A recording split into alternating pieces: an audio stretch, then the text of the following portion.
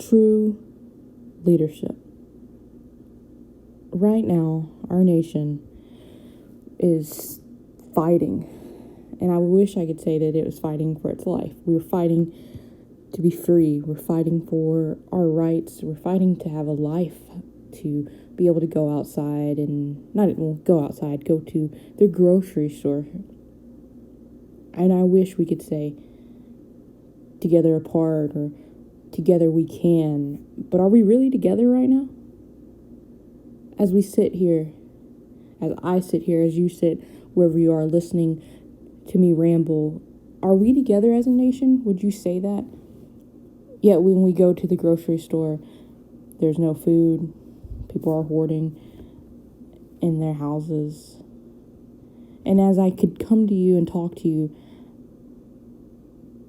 I can tell you that I think it's out of fear. I think people are scared. I think you're scared. And that's okay. And I didn't even know how unconsciously I was worried about this until I can't sleep at night. Going on the days, what's going to happen? Are we getting quarantined? Or is the National Guard coming in? All this rumors and stuff. And then to get online and to get on TV and to listen to our president lash out at people. And then, of course, you're the president of the United States. You're not supposed to do that. And granted, if you're listening to this, I have not been a fan of our president. So understand it's hard for me to come and almost defend him or defend actions. But guys, no one has ever been in this position with this technology, with what we are going through right now, with world travel as it is today. And if he would have 2 months ago said, everyone stay inside, everyone would have laughed at him. No one would have done it. Crap, we have spring breakers not even doing it right now. Who do we think we are? We are Americans. We are human beings with rights and as anyone else, whether gay, straight, lesbian, whatever race you are, whatever religion you are, it doesn't matter. COVID-19, this virus does not discriminate. It doesn't. Rich, powerful. It doesn't matter. And that's the thing about even sickness in a whole, like, cancers don't discriminate. Not from a 12-year-old little girl to a 56-year-old woman. It doesn't matter who you are. And yet when I walk out on the street or do go into work, people are angry. When I'm in the grocery store, people are snapping, and I get it. I wouldn't say okay with it. I get it. We're scared. When 9/11 happened, we came together because it was an attack on our great nation in New York. And right after that, the approval for our president went up. Right after that, the approval for war was up. We were mad, honestly. That's why you really shouldn't make huge decisions when you're mad, right?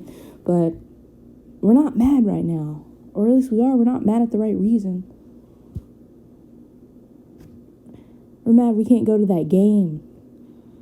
Go watch your favorite team play, or go out to that club tonight, or go out with your wife for your anniversary dinner. Make her a dinner at home. I get it. We're scared. I'm scared. But we should be coming together right now. We should be being the people that we're putting out on social media. You know how many people I see hashtag this or hashtag we're together and we're staying together, or hashtag we'll get through this. All the politicians, we'll get through this. Together we can. Yes, we can.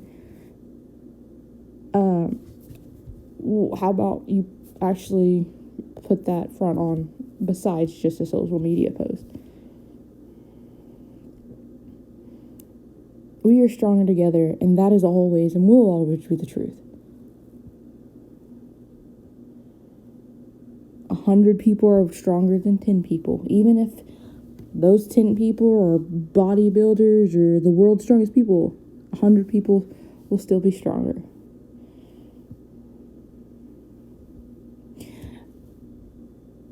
And back to our president, guys.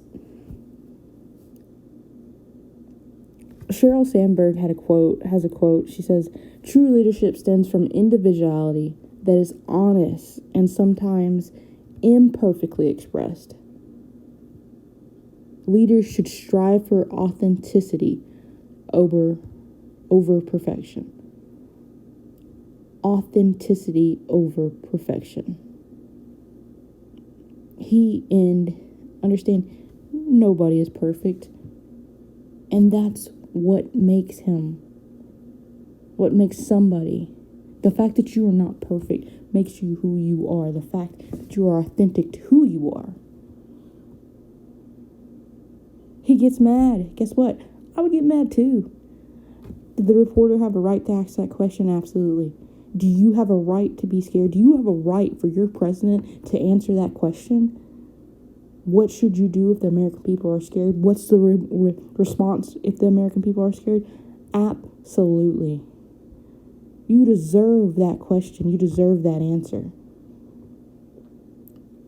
But the flip side to that is he deserves to be able to show emotion. Because he is a human being. And if he was a robot, that would worry me more. And so when you look and you sit here and you're like, well, you know what? This is how our leaders should be. They shouldn't be this way or that way. No, at least for me, I want a human being to be my leader. I want a human being to make a decision whether or not to send people somewhere. To know that when you send our troops and our soldiers somewhere, you're sending men and women with families. You're sending men and women with wives and daughters and sons. Those are lives that you send. It's not a number. I want someone to be pissed as hell if you come over to the United States, or if you kill one of our American soldiers, or kill an American civilian, or actually just kill in general. If you kill someone for no reason, even if you're not our country. Are you serious? Yeah, I want you to be mad. That's a human life you're taking. You deserve someone to be angry for you. You deserve someone to care. Now, should he have answered the question? Absolutely.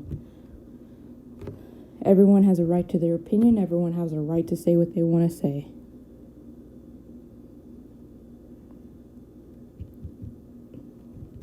Just remember, guys, it is a stressful time. And I'm sure even our president has a right to lose it. I mean, let's to be perfectly honest, sometimes he gets asked dumb questions. I mean, how many times were you there and you're like, are you serious? This is the question you're going to ask? I don't know. The weather outside, it's nice today. Okay, people are dying. I mean, of course, that's not a fair example. That's not actually a question that was asked. But some of the questions they ask are like, you just had the guy in front of you ask that same question. Were you not paying attention? Let someone go that actually has a question that hasn't been asked go. I don't know. Leadership's important to me. Watching people lead, watching him lead is very fascinating to me. It's sometimes chaotic, and there are times when he makes a decision that I don't agree with. And it's how he talks to American people. But then he makes a decision that I do agree with. When I look at a guy and I take away my bias towards him, when I take away that and put him as a human being there. When I take away my bias and realize he is still a human being. He does make mistakes, and he's probably trying the best he can at the given situation. And the thing is even then it may not be good enough. I mean, isn't that the real hard-hitting thing? Anyone who's ever played sports knows knows that when you play, as long as you give it your all, right? As long as you give it your all, there's nothing. Then you left it all on the court. You left it all on the field. You're good to go. Even if you lose, you gave it all. Then you can go back and look at yourself in the mirror and know, I left nothing on the court. You can not regret anything. I'm here to tell you, as a once competitor, that's some bullshit. It hurt me more. It hurt me more sitting there, looking myself in the mirror and knowing my best wasn't good enough. Because you know what? That means I got beat. Got beat fair and square, and I wasn't the best. That sucked. I mean, the other thing is, at least I could be like, you know what? Maybe if I had tried harder, I could have won. And yeah, a lot of people say that's the wrong way to look at it. But sometimes I understand your best sometimes just isn't good enough. And that sucks. He is trying his best, and sometimes that's just not good enough, especially when you have millions upon millions of people looking towards you for your leadership. True leader has the confidence to stand alone, the courage to make the tough decisions, and the compassion to listen to the needs of others. He does not set out to be a leader, but become one by equality of his actions and the integrity of his intent. Douglas MacArthur. Compassion is where we lack. Without compassion to listen, it's hard for our politicians, as egotistical as they are, to listen. Guys, we're human beings. We're not built to listen. We're not built to listen, guys. Read studies on it, and we'll get into it later on other podcasts. But we're not. We're liars, and we don't listen. 90% of the time, when someone's talking to you, you're sitting there thinking about what you're going to say next. You're not listening to what they're saying. I had to teach myself how to listen. And even then, sometimes I'm terrible at it. Listening is hard. And all those people who are like, oh, I'm a great listener. It was hard, though, to get to be great. Like, let's be honest. You have to have compassion to listen. You have to want to know. You want to care. It's not just, I'm saving face. Let me nod. Let me follow all these cues that I've been taught. No. People really love it when you listen too. You know, there's all these tricks that you can learn to show people you were listening, but when you truly listen, I've just empathy and compassion to know what's going on with your fellow Americans, and to know what's going on, even in relationships. Like, that's true. That truly shows you cares. It truly shows you care, guys and gals. So let's take a moment, guys. Let's take a moment to listen this week. Let's really and truly care. People are scared. You're not the only one. People being scared and this person being scared causes panic. Our leaders, I'm talking to you, rise up. Rise up this week, guys. True leaders, guys, don't develop followers. True leaders develop followers. Sorry, can't talk. True leaders don't develop followers. True leaders develop more leaders. We have to come together right now. We just have to. I care. I'm someone out there who's talking to nobody, and I'm telling you, I care about millions of people, and they don't know. Don't forget to enjoy the small things. It's easy, staying inside. Think about it. Something small that I enjoy. My dog does like this 360 run around sometimes. It makes me laugh all the time, makes me smile. He just does it out of nowhere. It's small things. Talk to you soon.